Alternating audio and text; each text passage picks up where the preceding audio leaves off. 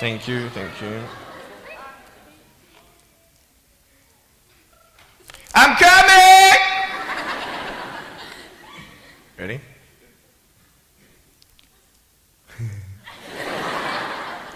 Hey, is that cool? Awesome. I want to talk about like when I started, going to school and stuff, a lot of people put me down, you know what I mean? Like people tease each other. I mean, people come up and say, hey, you're fat, you're fat, you're fat, you're fat, you're fat, you're fat, you're fat, you like, lose some weight, and you're like, you go home and you look at yourself in the mirror and go, I'm fat, right? And so many people tease each other. Oh, you're too short, you're too tall, you look whatever. Different hair and all that. It doesn't matter. See, the thing is, when you're in school, when you're growing up in life, it actually sort of matters to people how you look. And then it matters to you because it matters to others. Why? Why does it matter how you look? Because if they don't like you, then who will? If they don't accept you, then who will?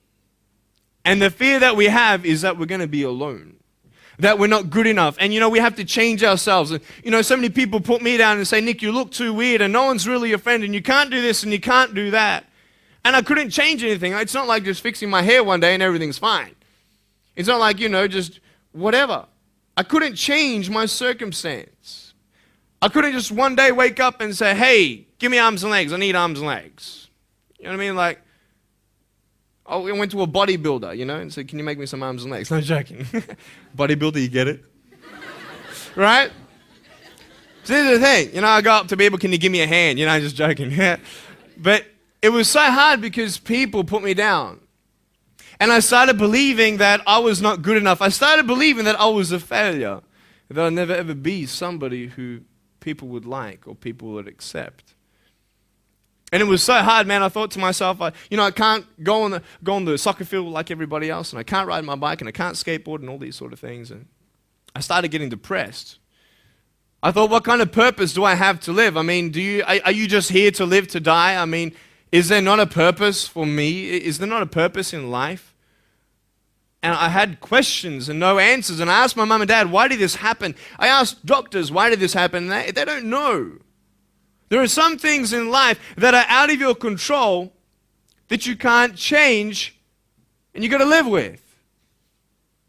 The choice that we have, though, is either to give up or keep on going. I want to ask you, what are you going to believe? Are you going to believe in yourself? Are you going to believe everybody else's judgment on you?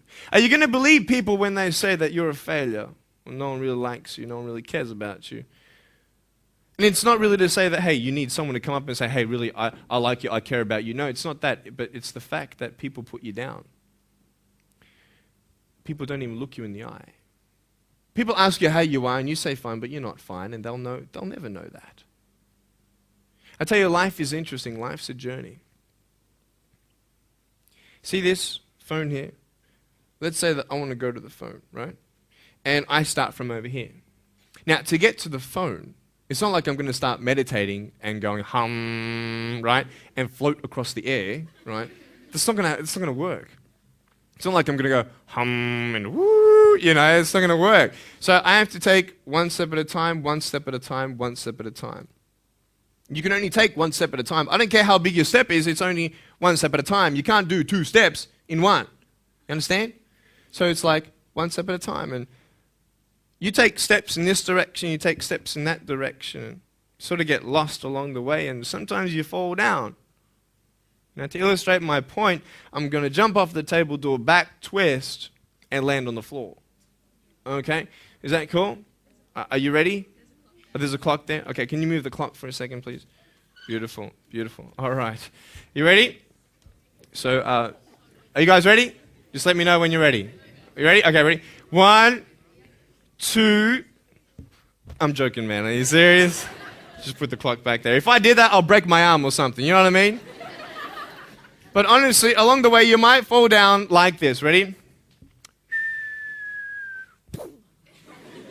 Right? Hello! Right. So what do you do when you fall down? Get back up. Everybody knows to get back up, because if I start walking, I'm not going to get anywhere. But I tell you, there are some times in life where you fall down and you feel like you don't have the strength to get back up. You sort of put a mask on your face when you come to school and pretend that everything's okay when it's not, and you go home and lay in your bed when no one's looking at you, when you don't have to impress anybody, and you're yourself. And fear comes in. You know the fear that you have as soon as you walk into the doors of your house. Maybe there's a broken home.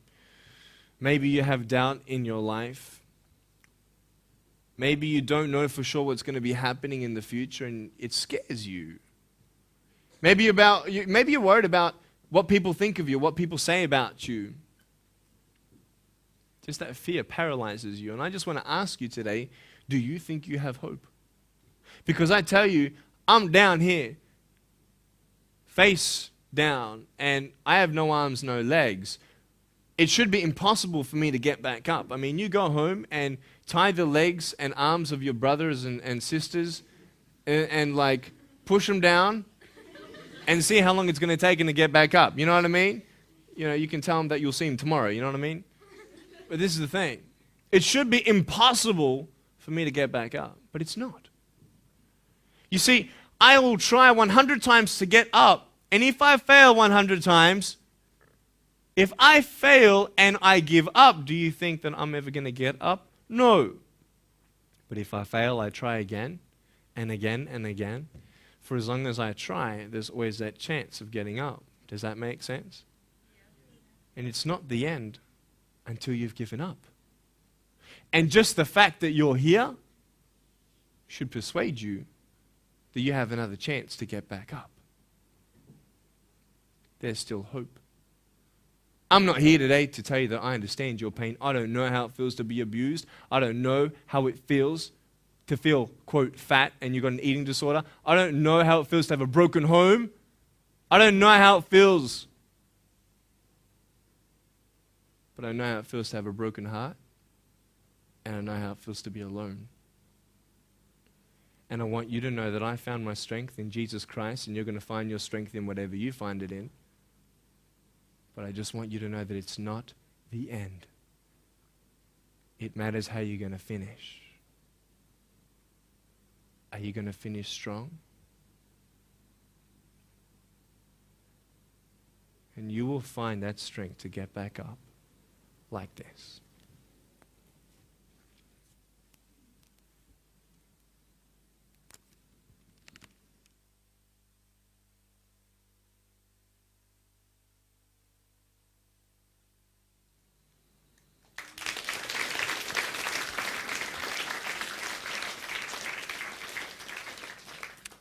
How did I get from depressed to who I am today? Because I tell you, I was depressed.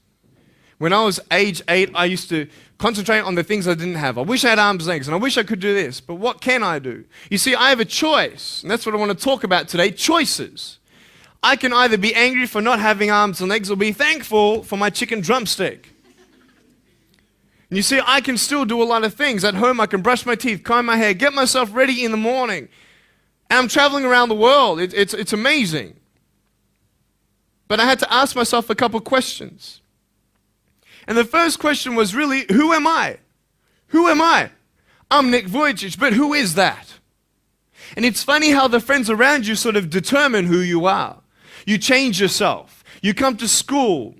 And everybody swore around me at high school, so I started swearing. Why? Because it's the cool thing to do. Everybody swears. So I don't want to be left out. And I want to be accepted, so I started swearing. You go to a party, everybody's drinking, so you drink. Why? Well, everybody else around me is doing a big deal. And you start losing yourself, and you start putting your security in temporary things. You start putting your happiness in things that won't last. You can get drunk all you like, but in the morning, you're going to be sober with a headache with the same problems. You want to be high the rest of your life on drugs? Everybody says, don't do drugs, don't do drugs. Well, why? Why do we even go there? It's either out of curiosity, peer pressure, or trying to escape reality. Basically, three things. That's why we go to drugs.